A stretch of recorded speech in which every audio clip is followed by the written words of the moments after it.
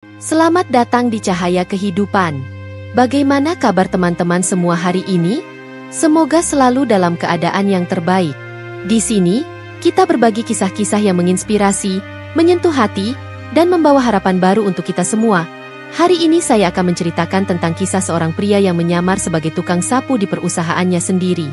Dalam perjalanan penuh penghinaan dan cemoohan, ia menemukan rahasia kelam di balik sistem yang ia bangun. Namun, ketika identitasnya terungkap, keadilan yang ia tegakkan membawa balasan yang begitu tragis dan tak terduga, mengubah hidup semua orang yang terlibat. Sebelum kita mulai ceritanya, yuk beri dukungan terbaik dengan ketik Kobiltu di kolom komentar serta like dan subscribe channel ini. Ingat, cahaya kecil dari cerita ini bisa menerangi perjalananmu dan orang lain di sekitar kita. Gedung megah itu berdiri menjulang, mencakar langit biru dengan kaca-kaca besar yang memantulkan sinar matahari pagi. Gedung itu adalah simbol kesuksesan, sebuah lambang kejayaan bagi siapa saja yang mampu menaklukkan dunia bisnis yang keras. Di dalamnya, ribuan orang berlalu lalang setiap hari, sibuk mengejar mimpi, ambisi, dan target yang seakan tak ada habisnya. Namun, tidak semua orang di dalam gedung itu memiliki cerita yang sama. Di sudut luar gedung, seorang pria dengan seragam lusuh dan topi butut berdiri, menggenggam sapu di tangannya. Wajahnya dipenuhi debu, dan tangannya yang kokoh namun kasar mencerminkan kerja keras yang jarang dihargai. Ia menatap gedung itu dengan pandangan yang sulit diterjemahkan, antara rasa kagum dan amarah yang terpendam. Nama pria itu adalah Awan. Awan bukanlah pria biasa. Di balik penampilan sederhananya, ia adalah pendiri dan pemilik perusahaan yang bermarkas di gedung itu. Namun, hari itu ia tidak ingin dikenal sebagai pengusaha sukses. Ia ingin menjadi seseorang yang tidak terlihat, seseorang yang hadir namun diabaikan. Sebuah rencana besar telah ia susun, sebuah eksperimen untuk menguji sejauh mana nilai-nilai kemanusiaan bertahan di bawah tekanan dunia modern. Keputusan Awan untuk menyamar sebagai tukang sapu tidak datang begitu saja. Dalam beberapa bulan terakhir, ia menerima banyak laporan tentang ketidakadilan yang terjadi di perusahaannya. Laporan itu datang dari berbagai sumber, karyawan yang merasa tertindas, pelanggan yang kecewa, hingga audit internal yang menunjukkan kejanggalan. Namun, yang paling menghantam hatinya adalah surat anonim dari seorang karyawan tingkat bawah. Surat itu ditulis dengan tangan yang gemetar, kalimat-kalimatnya penuh dengan rasa putus asa.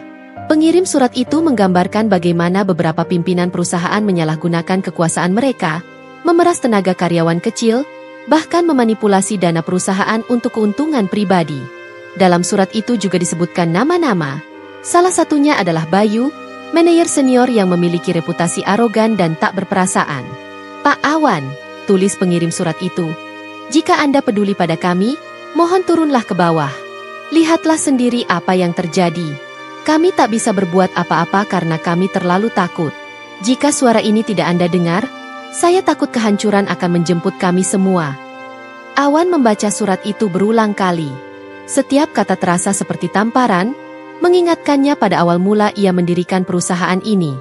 Dulu, ia membangun perusahaannya dengan prinsip keadilan dan kesetaraan. Ia ingin menciptakan tempat kerja di mana semua orang merasa dihargai, tak peduli apapun posisi mereka. Namun, seiring bertambahnya waktu dan perusahaannya semakin besar, idealisme itu mulai memudar, digantikan oleh kepentingan bisnis dan tekanan pasar. Surat itu membuatnya sadar bahwa ia telah kehilangan kendali.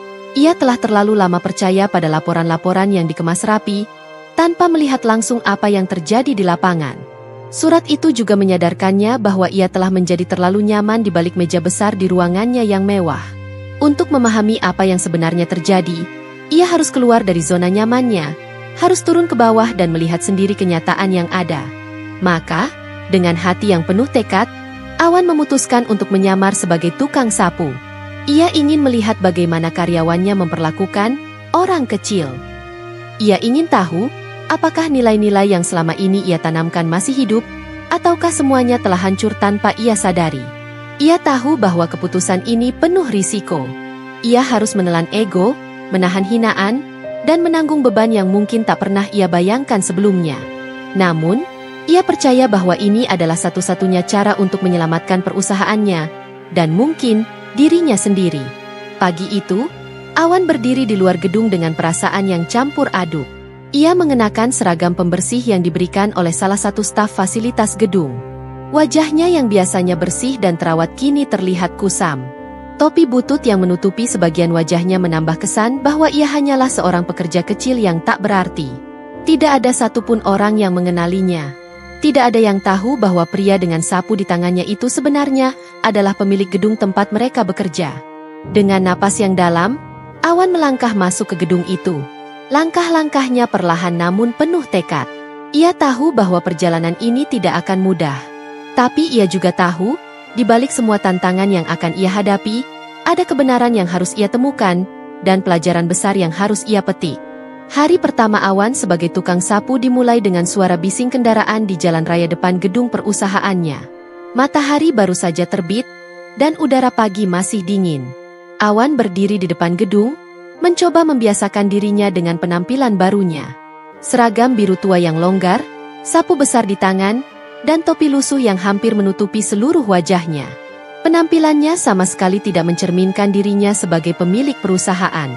Ia merasa canggung, tetapi ia tahu tidak ada ruang untuk ragu. Gedung perusahaannya adalah simbol kesuksesan yang ia bangun dari nol. Selama lebih dari 2 dekade, ia mencurahkan waktu, tenaga, dan pikiran untuk membuat perusahaan itu menjadi salah satu yang terbaik di industrinya. Namun, saat ini ia merasa asing di tempat yang seharusnya menjadi miliknya.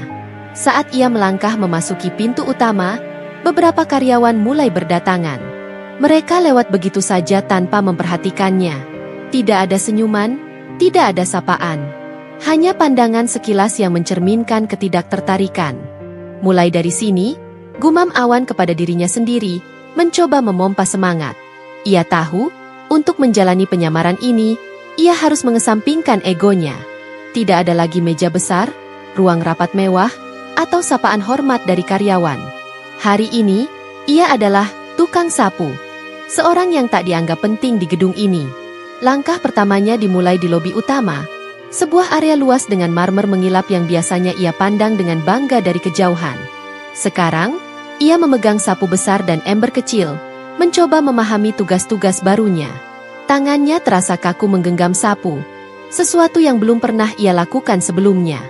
Ia memperhatikan staf kebersihan lain yang bekerja di sudut ruangan, seorang pria paruh-baya dengan gerakan cekatan. Dengan hati-hati, ia meniru gerakannya. "Cepat kerjanya, jangan lambat," seru seorang wanita dengan nada dingin. Suaranya berasal dari meja resepsionis. Awan menoleh dan melihat seorang resepsionis muda menatapnya dengan tatapan sinis. Ia terkejut, tetapi berusaha untuk tidak menunjukkan emosinya.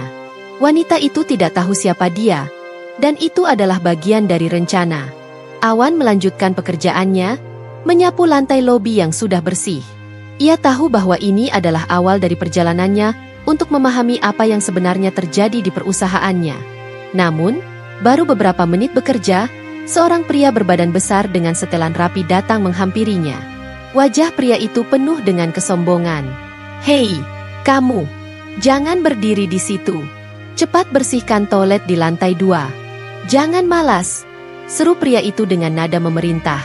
Awan mengenal pria itu, Bayu, manajer senior yang namanya sering disebut dalam laporan-laporan keluhan karyawan.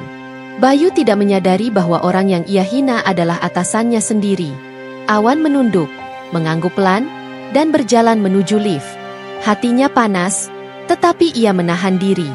Di lantai 2, Awan memasuki area toilet. Bau tidak sedap langsung menyambutnya. Tempat itu jauh dari kesan mewah seperti bagian gedung lainnya. Ia menemukan perlengkapan kebersihan dan mulai bekerja.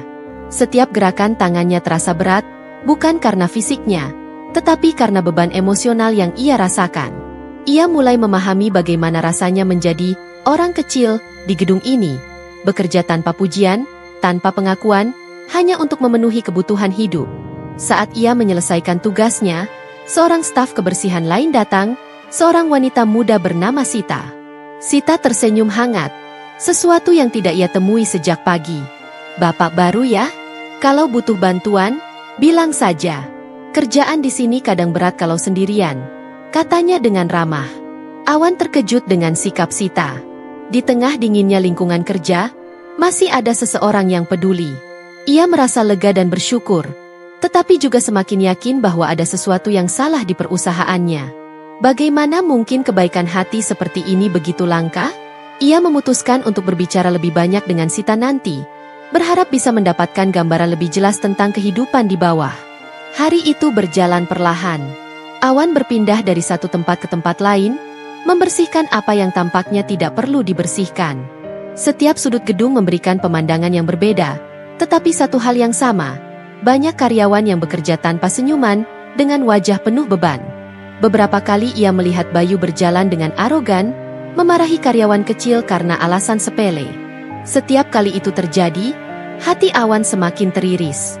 Ia ingin segera mengungkap identitasnya, tetapi ia tahu ini belum waktunya. Saat sore menjelang, Awan kembali ke ruang kebersihan untuk menyimpan perlengkapan. Ia duduk di bangku kecil, mengusap keringat di dahinya. Hari pertama sebagai tukang sapu memberinya pelajaran berharga. Ada dinding yang tak terlihat di perusahaannya, memisahkan mereka yang di atas dari mereka yang di bawah. Dinding itu telah tumbuh selama bertahun-tahun, dan kini ia sadar bahwa tugasnya adalah menghancurkannya. Hari ini adalah awal dari perjalanan panjang, dan Awan bertekad untuk terus maju, apapun yang terjadi. Dengan langkah gontai, ia meninggalkan gedung, membawa lebih dari sekadar kelelahan. Ia membawa kesadaran baru bahwa banyak hal harus diubah, dan perubahan itu dimulai dari dirinya sendiri. Keesokan paginya, Awan kembali ke gedung megah itu dengan langkah berat. Ia tahu, hari pertama sebagai tukang sapu hanyalah awal dari perjalanan yang panjang dan penuh tantangan. Meski hatinya masih dipenuhi amarah terhadap sikap arogan yang ia saksikan kemarin, ia mencoba menenangkan dirinya. Semua ini adalah bagian dari rencana.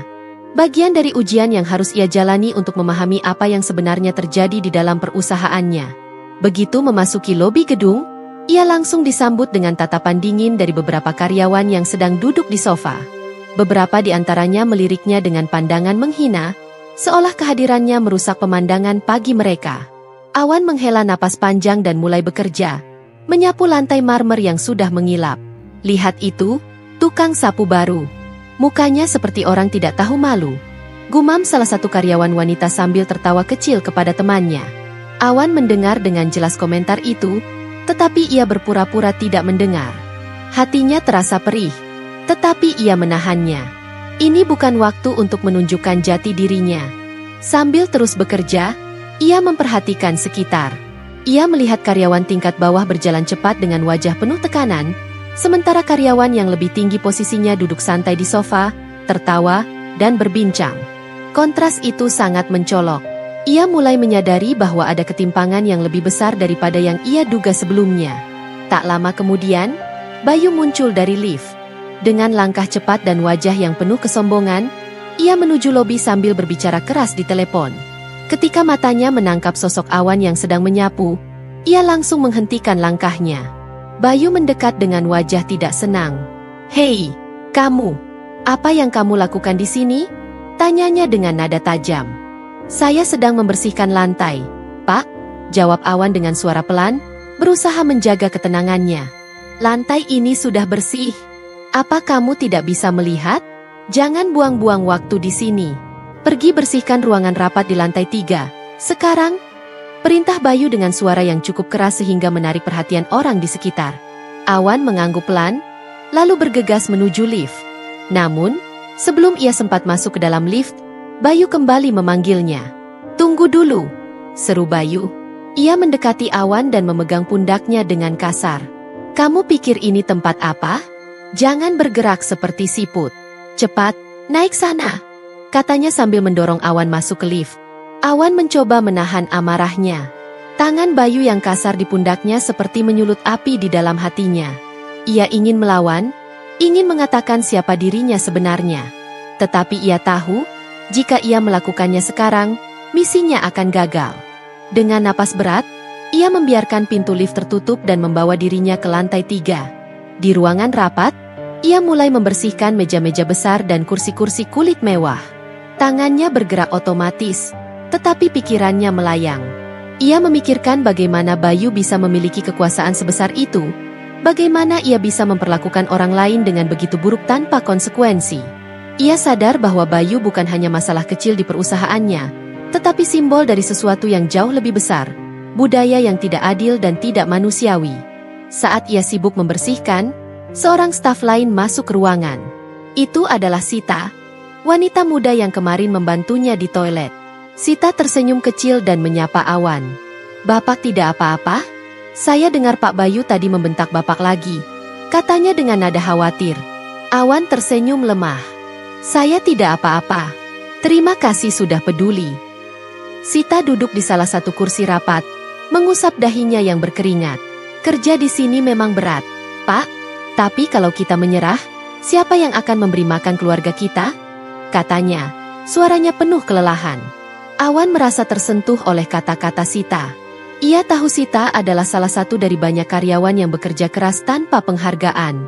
Di tengah percakapan mereka, pintu ruangan terbuka, dan Bayu muncul lagi. Wajahnya langsung berubah marah saat melihat Sita duduk. "Kenapa kamu duduk di sini? Ini ruangan untuk rapat, bukan untuk istirahat," bentaknya. "Dan kamu," katanya sambil menunjuk Awan. "Kenapa kamu tidak membersihkan dengan cepat? Apa saya harus mengajarimu cara menyapu?" Sita mencoba membela Awan. "Maaf, Pak Bayu, saya yang mengganggu. Saya hanya ingin..."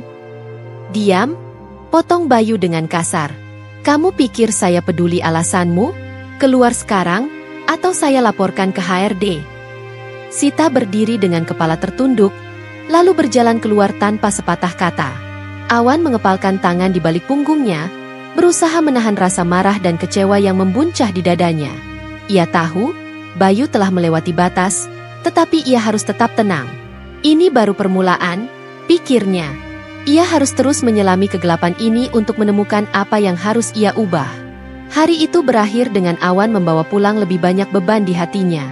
Hinaan dan cemoohan yang ia terima semakin membuka matanya terhadap realitas yang dihadapi oleh karyawan tingkat bawah. Namun, di tengah semua itu, ia merasa semakin yakin bahwa misinya adalah untuk membawa perubahan. Bagaimanapun caranya, ia harus mengembalikan keadilan di tempat yang dulu ia bangun dengan penuh cinta dan harapan.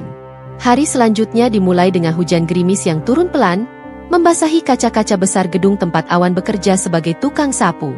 Cuaca dingin menambah suasana hati Awan yang sudah berat sejak semalam.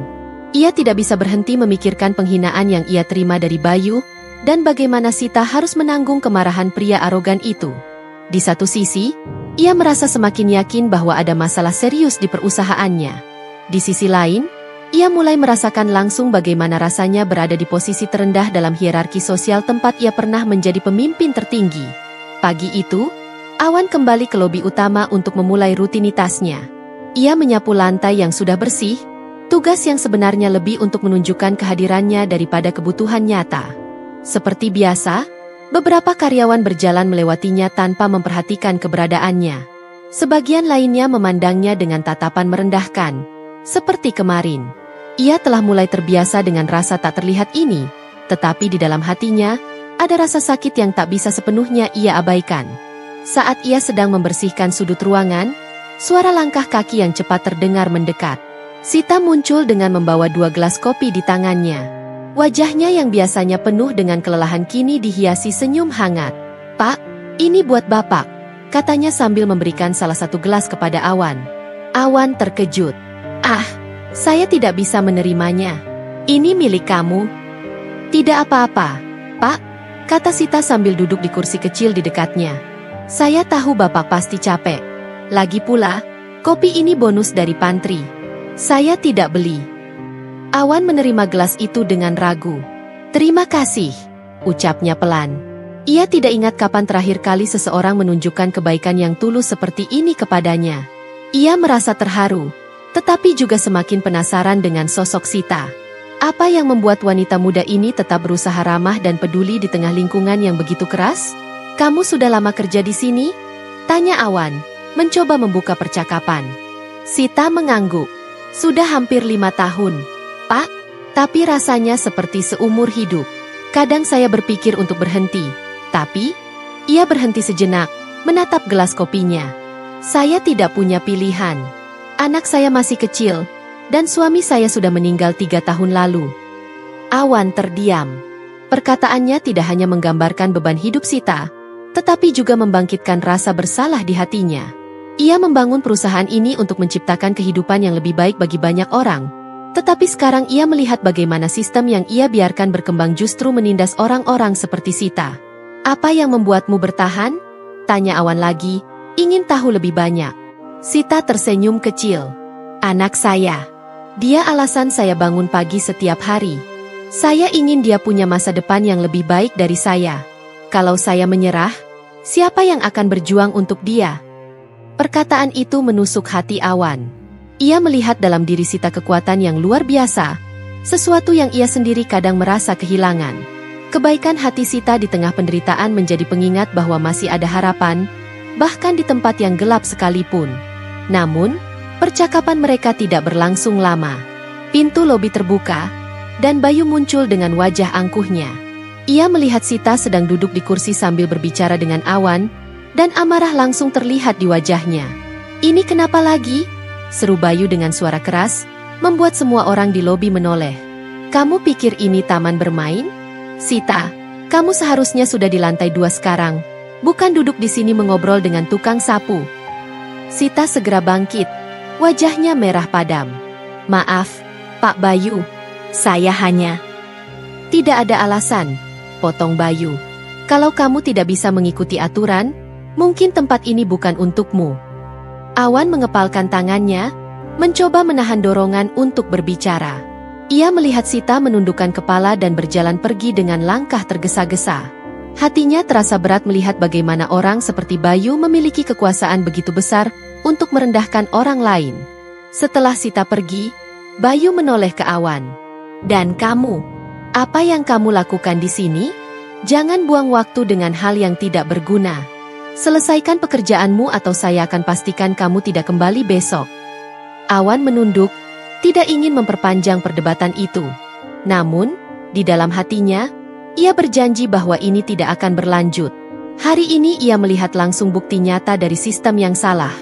Sita adalah korban dari ketidakadilan yang telah ia biarkan tumbuh selama ini. Setelah Bayu pergi, Awan melanjutkan pekerjaannya dengan hati yang lebih berat. Namun, ia juga merasa bahwa pertemuannya dengan Sita adalah hal yang penting. Ia menemukan seseorang yang memiliki kekuatan untuk bertahan meski dunia seolah tidak memihaknya. Kebaikan hati dan ketulusan Sita menjadi pendorong bagi Awan untuk terus maju dalam misinya. Hari berikutnya, Awan tiba lebih awal dari biasanya. Ia memutuskan untuk mengamati lebih dalam bagaimana perusahaan ini dijalankan, khususnya oleh orang-orang seperti Bayu. Semakin banyak yang ia lihat, semakin jelas bahwa masalah di perusahaan ini tidak hanya soal perilaku individu, tetapi juga kebijakan yang menciptakan lingkungan kerja yang tidak manusiawi. Kebijakan-kebijakan yang pernah ia buat dengan harapan baik ini telah dipelintir menjadi alat penindasan. Pagi itu, lobi gedung mulai dipenuhi karyawan. Awan berdiri di sudut, berpura-pura menyapu lantai, sambil mencuri dengar percakapan para karyawan. 2 orang wanita yang tampaknya bekerja di bagian administrasi sedang berbicara dengan suara pelan. Kamu dengar nggak? Bonus tahunan kita dipotong lagi, kata salah satu dari mereka. Iya, katanya karena perusahaan sedang hemat anggaran. Tapi, kok aneh ya? Direktur-direktur itu malah dapat mobil baru. Apa hematnya cuma buat kita? Jawab wanita yang satunya dengan nada penuh frustrasi. Awan mengepalkan tangannya. Ia tahu ada sesuatu yang tidak beres. Bonus karyawan adalah hak yang seharusnya tidak disentuh, apalagi digunakan untuk keuntungan pribadi. Ia mencatat percakapan itu dalam pikirannya, bertekad untuk menyelidiki lebih lanjut. Ketika ia sedang berpikir, Bayu muncul lagi, kali ini membawa map tebal di tangannya. Wajahnya yang penuh kesombongan terlihat semakin tajam saat ia berjalan melewati karyawan yang berbaris untuk absen. Ia melirik mereka dengan tatapan menghina, seperti seorang raja yang memandang bawahannya. Cepat, jangan lambat, waktu itu uang, seru Bayu dengan nada keras, membuat suasana pagi yang sudah suram menjadi semakin tegang. Awan memperhatikan bahwa beberapa karyawan bahkan tidak berani menatap Bayu. Mereka hanya menunduk, berharap tidak menjadi target kemarahannya. Tak lama setelah itu, Bayu masuk ke ruang rapat bersama beberapa manajer lainnya. Awan memanfaatkan kesempatan ini untuk mendekati Sita, yang sedang membersihkan meja di sudut lobi. Sita, saya dengar bonus karyawan dipotong. Apa itu benar? Tanya Awan dengan suara rendah. Sita menoleh dan mengangguk pelan. Iya, Pak. Sudah 2 tahun ini bonus kita dipotong tanpa alasan jelas. Padahal, katanya perusahaan sedang untung besar. Tapi, yang kita dengar justru alasan-alasan seperti efisiensi biaya. Awan mengangguk, menahan rasa marah yang mulai membara di dadanya. Apalagi yang terjadi, Sita? Saya ingin tahu, desaknya. Sita ragu sejenak, tetapi akhirnya berbicara. Banyak, Pak. Orang-orang seperti Pak Bayu suka menekan kami. Kalau ada yang protes, mereka langsung diancam dipecat. Bahkan, ada yang dipindahkan ke cabang jauh tanpa alasan jelas. Seperti Mbak Rani di bagian HR, dia dipindahkan keluar kota setelah berani melaporkan manipulasi data keuangan. Mendengar itu, Awan semakin yakin bahwa ini lebih besar dari sekadar kesalahan individu. Ada sistem yang rusak di dalam perusahaannya, dan ia harus segera mengambil tindakan. Namun, ia juga sadar bahwa ia tidak bisa melakukannya sendirian. Ia perlu mengumpulkan bukti, sesuatu yang tak terbantahkan. Setelah mendengar cerita dari Sita, Awan memutuskan untuk menyelidiki lebih lanjut. Ia berpura-pura membersihkan ruangan di lantai atas, tempat file-file penting sering disimpan. Di sana, ia menemukan sesuatu yang mengejutkan. Dalam salah satu file yang tidak terkunci, ia melihat laporan keuangan perusahaan yang penuh dengan angka-angka yang tidak masuk akal. Keuntungan perusahaan memang meningkat pesat, tetapi ada banyak pengeluaran besar yang tidak jelas kemana arahnya. Salah satu yang menarik perhatiannya adalah anggaran insentif eksekutif yang jumlahnya berkali-kali lipat dari anggaran bonus karyawan. Ia juga menemukan bukti bahwa dana yang seharusnya dialokasikan untuk kesejahteraan karyawan, seperti asuransi kesehatan dan pelatihan, telah dialihkan ke proyek-proyek pribadi yang tidak ada hubungannya dengan perusahaan. Awan membawa file itu dan menyimpannya di tempat aman. Ia tahu bahwa ia telah menemukan sesuatu yang bisa menjadi kunci untuk mengungkap kebusukan yang terjadi di perusahaannya.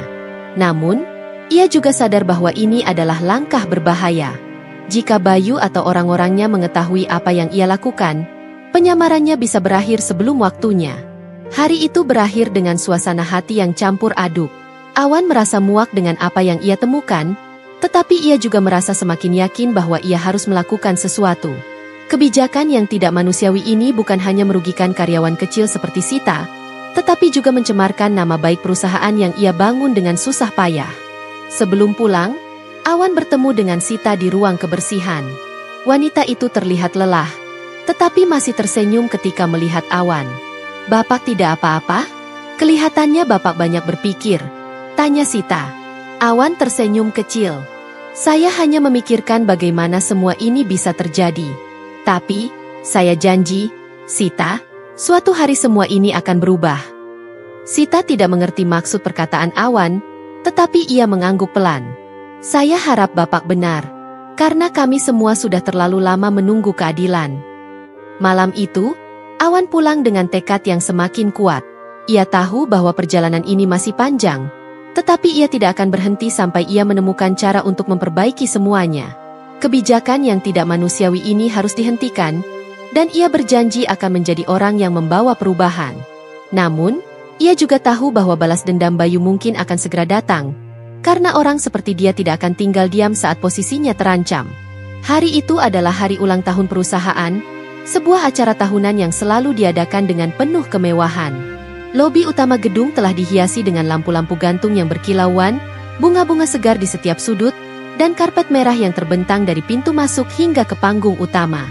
Semua karyawan, dari level tertinggi hingga terendah, diwajibkan hadir. Suasana penuh kemeriahan, tetapi di bawah permukaan, ada ketegangan yang tak terlihat. Awan, yang masih menyamar sebagai tukang sapu, tahu bahwa inilah hari di mana sesuatu besar mungkin akan terjadi. Sejak pagi, Awan sudah berada di gedung, mempersiapkan dirinya untuk menghadapi segala kemungkinan. Ia mengenakan seragam lusuhnya seperti biasa dan membawa sapu. Meski kali ini ia lebih fokus mengamati suasana daripada bekerja. Para karyawan senior tampak berjalan dengan angkuh, berbicara dengan suara keras tentang pencapaian mereka selama setahun terakhir. Sementara itu, karyawan tingkat bawah seperti Sita hanya berdiri di sudut, menatap acara yang tidak terasa seperti milik mereka. Bayu muncul dengan setelan jas yang mewah, berjalan ke sana kemari dengan penuh kebanggaan. Ia adalah pusat perhatian, berbicara dengan para tamu undangan yang datang dari luar perusahaan. Wajahnya berseri-seri, seolah hari itu adalah perayaan untuk dirinya sendiri. Awan memperhatikan setiap gerak-geriknya, mencoba menahan rasa marah yang mulai membara di dadanya. Ia tahu Bayu adalah simbol dari semua ketidakadilan yang terjadi di perusahaan ini, dan ia bertekad untuk mengakhiri semuanya. Ketika acara dimulai, semua orang berkumpul di depan panggung utama. Bayu mengambil mikrofon dan mulai berbicara dengan nada penuh kebanggaan. Hari ini adalah bukti bahwa perusahaan kita terus maju ke depan, mencapai kesuksesan yang lebih besar setiap tahunnya, kata Bayu dengan suara lantang. Semua ini berkat kerja keras kita bersama, terutama saya dan tim manajemen yang luar biasa. Awan merasa mual mendengar kata-kata itu. Ia tahu Bayu hanya mengambil pujian atas kerja keras orang lain. Namun, ia tetap diam, menunggu waktu yang tepat untuk bertindak. Setelah pidato Bayu selesai, ia meminta semua karyawan untuk memberikan tepuk tangan. Sebagian besar orang melakukannya, meski dengan enggan. Namun, beberapa karyawan tingkat bawah, termasuk Sita, hanya menepuk tangan secara simbolis. Awan melihat raut wajah mereka yang penuh kelelahan dan kekecewaan, dan itu semakin memperkuat tekadnya. Saat acara berlanjut, Bayu mulai mempermalukan beberapa karyawan di depan umum. Ia memanggil salah satu staf kebersihan yang bekerja di lantai 2 dan mengkritik pekerjaannya dengan nada keras. "Kamu pikir lantai ini bersih? Lihat ini," kata Bayu sambil menunjuk noda kecil yang hampir tidak terlihat. "Kalau kamu tidak bisa melakukan tugas sederhana seperti ini, mungkin kamu tidak layak bekerja di sini." Semua orang terdiam. Staf kebersihan itu menundukkan kepalanya. Wajahnya merah karena malu. Awan, yang berdiri di sudut ruangan, merasa darahnya mendidih. Ia tahu ia tidak bisa diam lebih lama lagi. Ini adalah saatnya untuk bertindak. Saat Bayu hendak melanjutkan penghinaannya, sebuah suara terdengar dari belakang ruangan. "Cukup!" Semua kepala menoleh ke arah suara itu, termasuk Bayu. Di sana, Awan berdiri dengan tegap, memegang mikrofon yang baru saja ia ambil dari seorang staf. Wajahnya serius, dan ada aura yang berbeda dari biasanya. "Apa yang Anda pikirkan tentang pekerjaan mereka? Apa Anda pikir Anda pantas berbicara seperti itu kepada orang yang bekerja lebih keras dari Anda?" kata Awan dengan suara tenang namun penuh otoritas. Bayu tertawa kecil, terlihat tidak terkesan. "Apa urusanmu? Kamu hanya tukang sapu. Jangan mencoba ikut campur dalam hal yang bukan urusanmu." Awan mengangguk pelan, lalu melepas topinya. Ia menatap Bayu langsung di matanya. "Mungkin kamu tidak tahu siapa aku, tapi hari ini, semua orang akan tahu." Ruangan itu menjadi sunyi seketika. Awan berjalan ke tengah panggung, melepas ragam lusuhnya, dan menunjukkan identitas aslinya. Beberapa karyawan mengenalinya segera, wajah mereka berubah dari keterkejutan menjadi ketakutan. Bayu terlihat kebingungan. Matanya melebar saat ia mulai menyadari apa yang terjadi. "Namaku Awan, pemilik perusahaan ini," kata Awan, suaranya menggema di seluruh ruangan. "Dan hari ini, kita akan mengungkap kebenaran." Bayu mencoba membela diri, tetapi Awan melanjutkan dengan nada tegas. Ia mengungkap semua kebusukan yang telah terjadi, dari manipulasi dana hingga penghinaan terhadap karyawan kecil. Ia juga menunjukkan bukti-bukti yang telah ia kumpulkan selama penyamarannya, termasuk laporan keuangan yang telah dimanipulasi oleh Bayu dan timnya. Ruangan itu dipenuhi dengan bisikan-bisikan. Wajah-wajah karyawan berubah dari ketidakpercayaan menjadi kemarahan. Mereka akhirnya menyadari bahwa orang yang selama ini mereka hormati sebagai pemimpin adalah pelaku dari ketidakadilan yang mereka alami. "Bayu," kata Awan, menatap pria itu dengan tajam, "hari ini adalah hari terakhir kamu bekerja di sini. Dan saya pastikan, semua perbuatanmu akan dipertanggungjawabkan, tidak hanya di perusahaan ini, tetapi juga di depan hukum." Bayu tidak bisa berkata apa-apa. Ia hanya berdiri di sana, wajahnya pucat, sebelum akhirnya dikawal keluar ruangan oleh petugas keamanan. Suasana berubah menjadi tegang, tetapi di antara karyawan, ada secercah harapan yang mulai muncul. Mereka melihat Awan sebagai pemimpin yang benar-benar peduli pada mereka, seseorang yang akhirnya akan membawa perubahan. Hari itu menjadi titik balik dalam sejarah perusahaan. Bagi Awan, itu adalah awal dari perjalanan untuk memperbaiki semua kesalahan yang telah terjadi.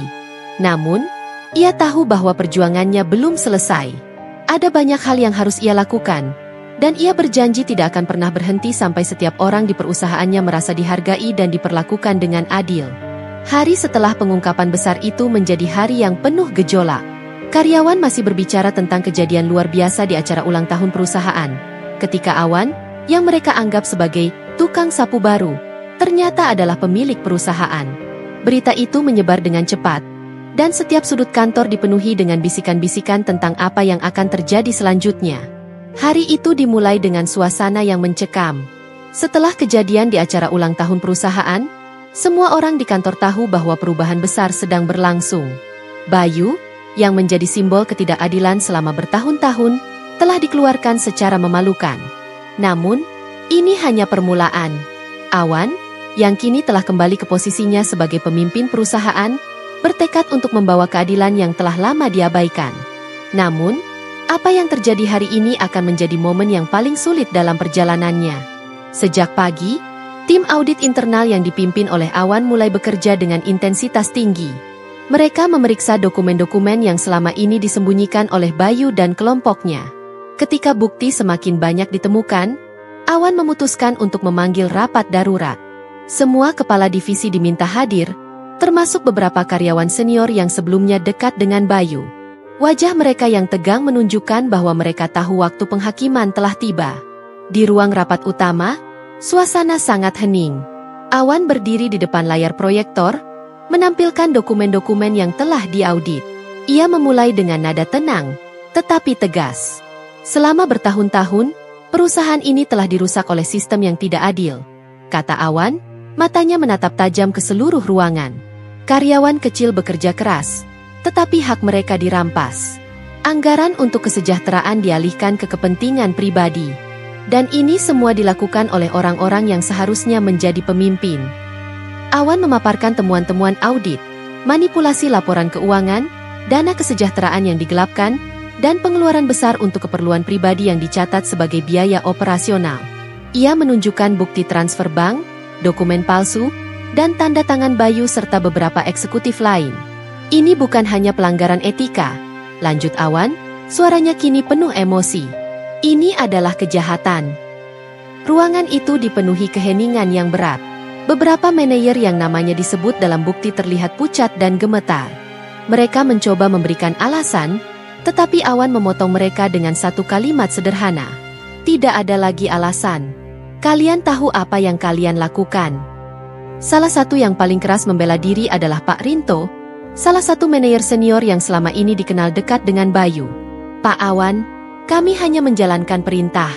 Semua ini ide Bayu. Kami tidak punya pilihan. Awan menatapnya dengan dingin. Pilihan selalu ada, Pak Rinto. Tapi kalian memilih untuk diam demi kenyamanan kalian sendiri, sementara karyawan kecil menderita. Itu pilihan kalian. Setelah rapat selesai, Awan memanggil tim hukum perusahaan dan menyerahkan semua bukti yang telah dikumpulkan. Ia memberikan perintah untuk membawa kasus ini ke pihak berwajib. Ia tahu bahwa ini adalah langkah yang berat, tetapi keadilan harus ditegakkan.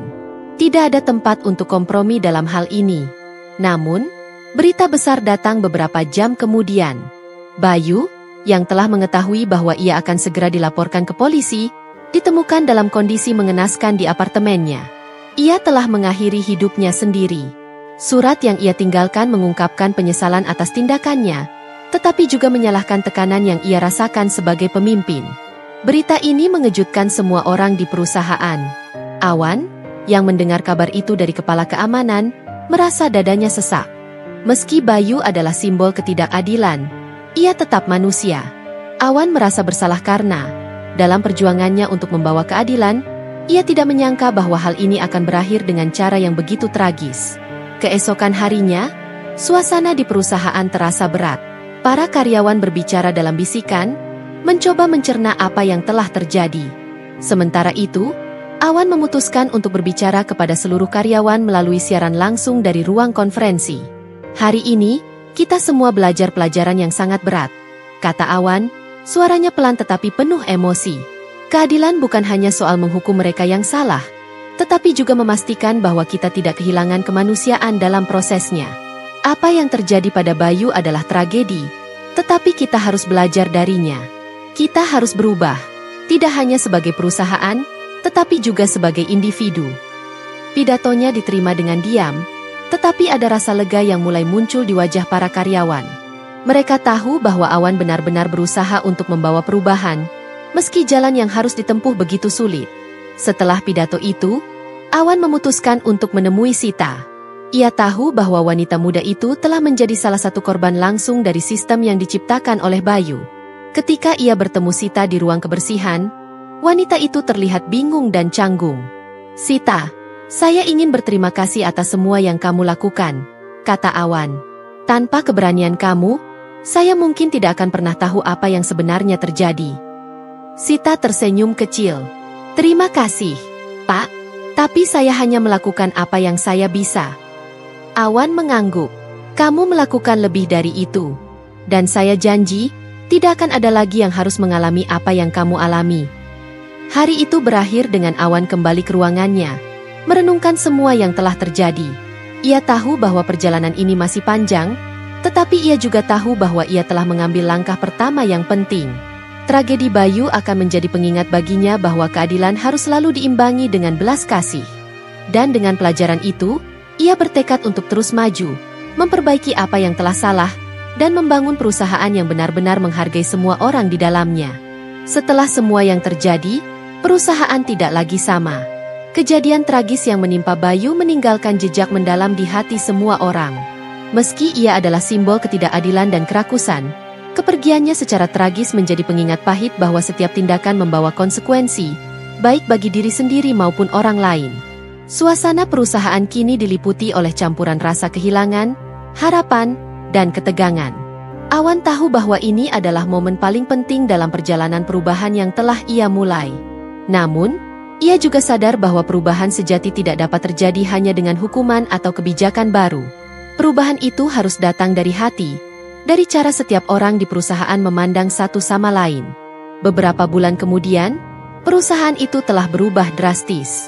Para karyawan mulai bekerja dengan senyum di wajah mereka, sesuatu yang sebelumnya jarang terlihat.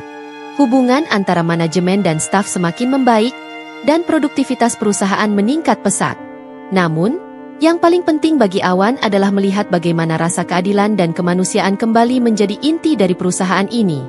Pagi itu, sinar matahari menerobos kaca-kaca besar gedung perusahaan, memantulkan cahaya yang hangat ke seluruh ruangan.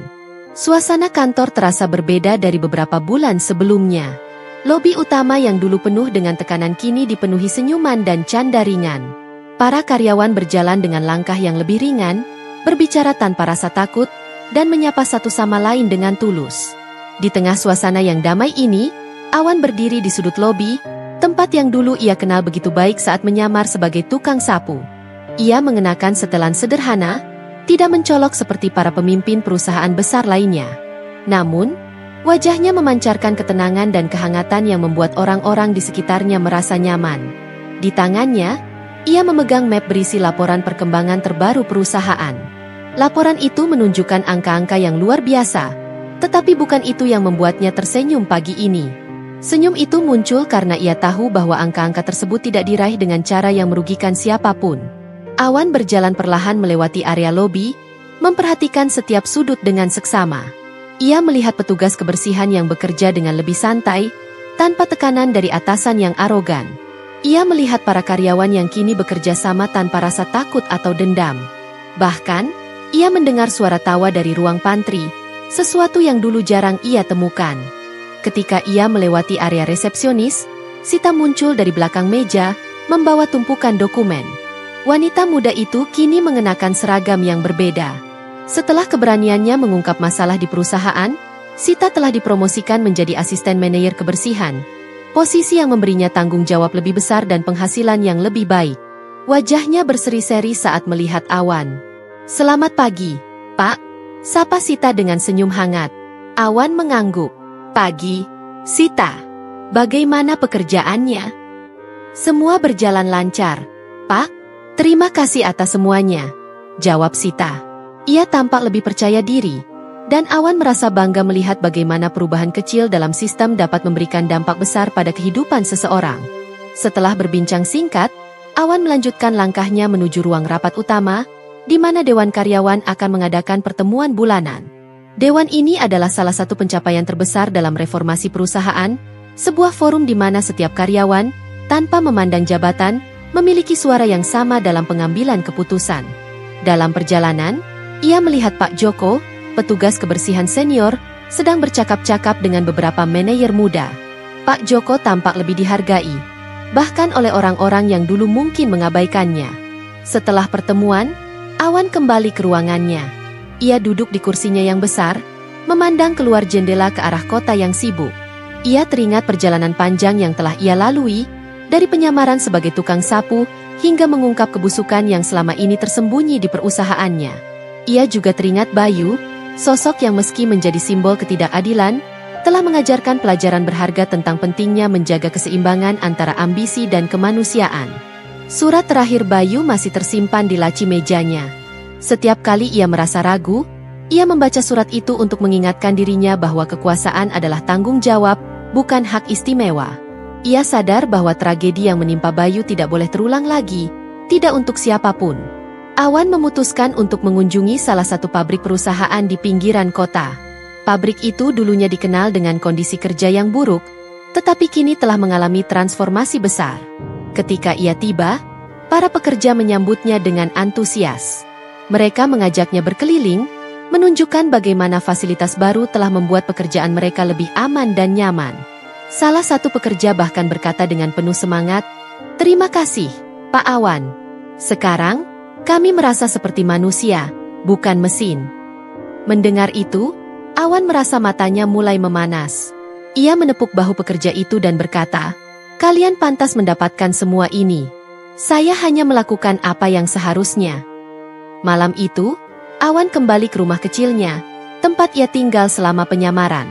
Meski ia bisa kembali ke kehidupan mewahnya, ia memilih untuk tetap sederhana, sebagai pengingat dari mana ia berasal dan apa yang telah ia pelajari.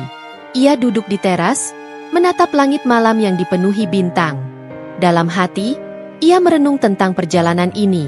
Ia menyadari bahwa perusahaannya kini tidak hanya menjadi tempat kerja, tetapi juga menjadi rumah bagi ratusan orang yang bergantung padanya. Ia telah melihat kegelapan, tetapi ia juga telah menemukan cahaya.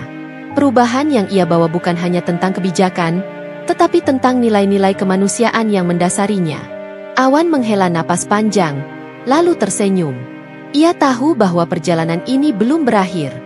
Selalu akan ada tantangan baru, tetapi ia percaya bahwa dengan hati yang tulus dan tekad yang kuat, ia dapat menghadapi apapun yang datang. Perjalanan ini mengajarkan saya satu hal, gumamnya pada dirinya sendiri, bahwa keadilan, meski kadang menyakitkan, adalah satu-satunya jalan untuk mencapai kedamaian yang sejati. Dan dengan pemikiran itu, ia menutup matanya, membiarkan angin malam membawa rasa tenang yang telah lama ia cari. Perusahaan ini, para karyawannya, dan masa depannya kini berada di tangan yang lebih kuat, lebih bijaksana, dan lebih penuh kasih. Perjuangan Awan untuk membawa keadilan telah membawa perubahan, tidak hanya untuk orang lain, tetapi juga untuk dirinya sendiri.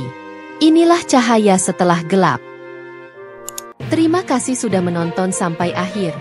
Semoga cerita ini memberikan pelajaran berharga untuk kita semua. Jangan lupa untuk dukung terus channel ini dengan like, subscribe, dan bagikan ke orang tersayang. Sampai jumpa di video berikutnya. Dan selalu ingat, setiap cerita memiliki kekuatan untuk mengubah hidup. Tetap semangat dan terus berbuat baik.